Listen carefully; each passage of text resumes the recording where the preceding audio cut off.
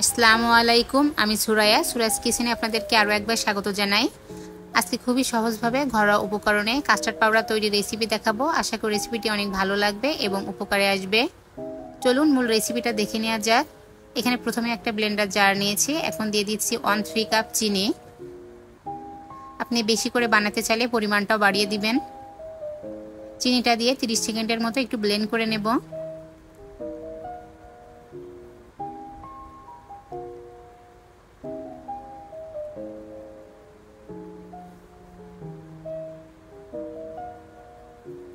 চেষ্টা করবেন চিনিটা ভালোভাবে ব্লেন্ড করে নেওয়ার।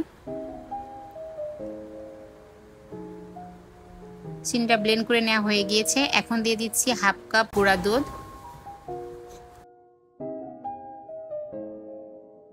এখন দিয়ে দিচ্ছি 1/2 কাপ কর্নফ্লাওয়ার।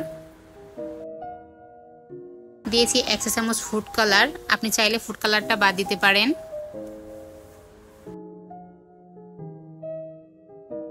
দিয়েছি 1/2 চা চামচ ভ্যানিলা এসেন্স।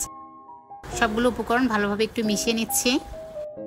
মেশানো হয়ে গেলে আবারও 30 সেকেন্ডের মতো একটু ব্লেন্ড করে নেব।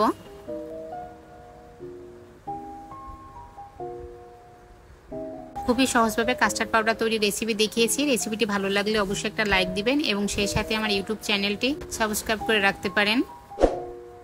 আর কোনো প্রশ্ন থাকলে অবশ্যই কমেন্ট করে জানাতে পারেন।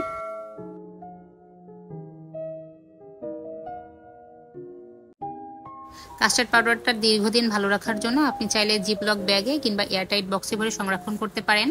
বাইরে এমনিতেই ভালো থাকবে 6 মাসের মতো। আর যদি আরও বেশি দিন সংরক্ষণ করতে চান তাহলে নর্মাল ফ্রিজে রেখে দিবেন। সেক্ষেত্রে 1 বছরেরও বেশি ভালো থাকবে।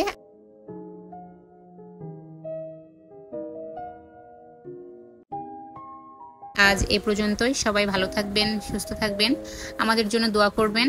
আল্লাহ হাফেজ।